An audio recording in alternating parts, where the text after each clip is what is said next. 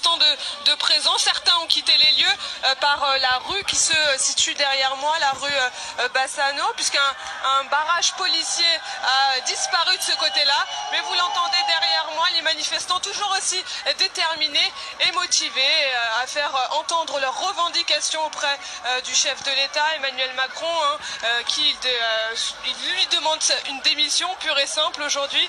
Moi je suis avec Jean-Marie, on a été coupé tout à l'heure. Vous avez une solution à cette crise du mouvement des Gilets jaunes? C'est quoi votre solution? J'ai pas vraiment de solution, mais pour identifier, pour trouver la solution, il faut identifier le problème. Et le problème majeur qu'on a, c'est qu'il n'y a plus de pognon nulle part. Donc où il est ce pognon? En fait il est là et on nous le vole, c'est tout. Et le problème c'est qu'on nous le vole depuis 1973.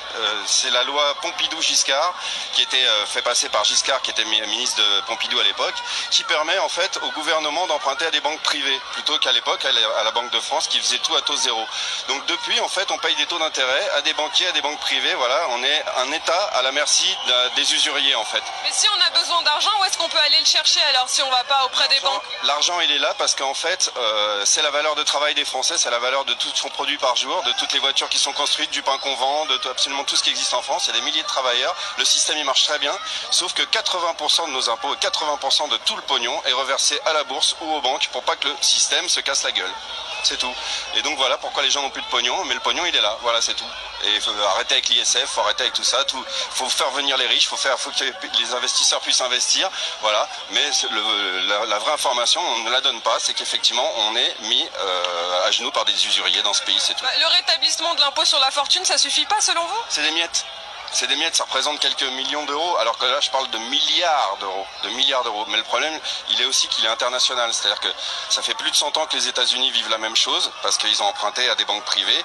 Depuis, les banques privées sont pas parties, c'est la JP Morgan, c'est Rockefeller, c'est tout ça. Ça s'appelle la Banque réserve fédérale des États-Unis, le gouvernement fédéral. Voilà, c'est ce qu'avait dénoncé Kennedy, s'est pris une balle.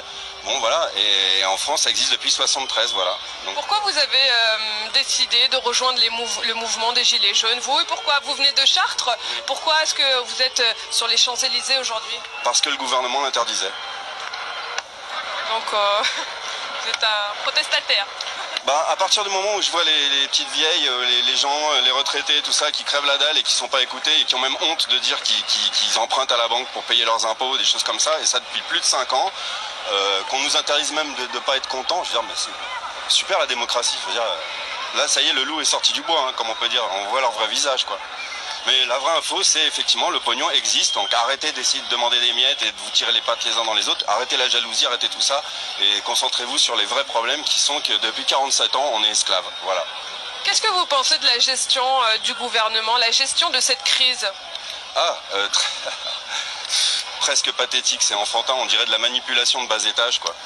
Voilà, j'ai interviewé, pardon, excusez-moi de dire ça, mais tout à l'heure on était contrôlé à Bastille par les sacs et tout, vider les sacs, et on a bien discuté. Le chef, le représentant était tout à fait raisonnable et très poli, et il a dit vous discutez avec nous, il était pas con, voilà. Et il m'a lâché une info parce que je lui dis, dès qu'il a parlé de l'Arc de Triomphe de la semaine dernière, j'ai dit oui mais attendez, comment ça vous n'arrivez pas à virer 20 mecs qui foutent la merde et soi-disant pas protéger les 40 gilets jaunes qui protègent la flamme du soldat inconnu? Il me dit mais vous savez, ces mecs là ils sont identifiés et on a pour ordre de ne pas intervenir sur ces gens. En fait, un responsable de la gendarmerie vous a dit ce groupe d'individus, de casseurs, on les connaît et on a pour ordre de ne pas intervenir sur ces gens-là. Voilà. Mais qu'est-ce que ça veut dire? Ça veut dire que lui, il est en colère pour lâcher une information comme ça. Ça veut dire qu'il peut pas faire son métier. Quel est l'objectif de faire un truc pareil? C'est la manipulation médiatique, ça veut dire que pendant une semaine c'est ce qui s'est passé, et voilà, c'est nous les vilains, on est les gilets jaunes, sauf que le gilet jaune c'est le peuple, c'est les petites vieilles, c'est les blacks, les beurs, les mecs de cité, les riches, c'est tout le monde effectivement, voilà, et que c'est le peuple en colère, c'est tout, il y a personne qui est, je pense qu'il y a un maximum d'apolitique, les gens sont pas de parti, moi je suis d'aucun parti, voilà, et les gens en ont marre, c'est tout, donc effectivement... Qu'est-ce que vous avez à dire à Emmanuel Macron? Si vous aviez un mot à lui dire, ce serait quoi?